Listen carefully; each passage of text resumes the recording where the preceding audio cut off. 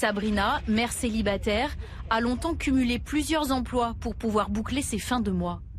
Elle a démissionné de son dernier poste la semaine dernière et consacre toute son énergie à ce mouvement. Je pense qu'il faut des gens, entre guillemets, comme nous pour prendre les choses en main. Il y a des gens qui ont peur. Honnêtement, moi, j'ai pas peur. C'est pas que je pars à la guerre parce que vraiment, il n'y a aucune violence dans tout le mouvement qu'on est en train d'organiser. Mais à force de rencontrer les gens, les personnalités et d'entendre les difficultés de chacun, parce que d'aujourd'hui, les gens ne vivent plus, ils survivent. Quand on voit la détresse des gens, et ben moi, ça me rend mais encore plus forte et je pourrais affronter tout, n'importe quoi. S'il fallait aller jusqu'à Paris à pied, mais je le ferais demain sans problème. Avant l'action, l'organisation, la logistique pour le 17 novembre.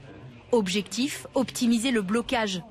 Un dispositif assez lourd pour Sabrina, Tristan et Ben. Pour cela, rien n'est laissé au hasard. Là, vous avez 35 motards, vous. On sécu. Juste pour vous, ouais. Comme on bloque qu'une seule voie sur les RN12, il y a une voiture qui reste devant, la voiture gauche, et une voiture qui reste derrière, sur la voie de gauche toujours. Et au moins, arriver sur la RN12, c'est là qu'on va séparer les groupes. Pour ces novices en matière de blocage, ils le savent, pas le droit à l'erreur. Avec la fatigue, le mouvement, l'adrénaline de l'effet de masse et du rassemblement, eh ben j'ai peur que ça déborde. Le risque est réel, ouais, on a été prévenus par les forces de l'ordre. C'est nous qui allons être convoqués tout de suite. Notre nom, notre prénom est marqué.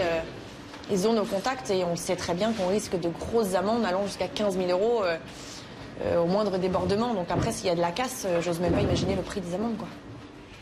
Et le gouvernement prévient, il y aura des sanctions si le blocage est total.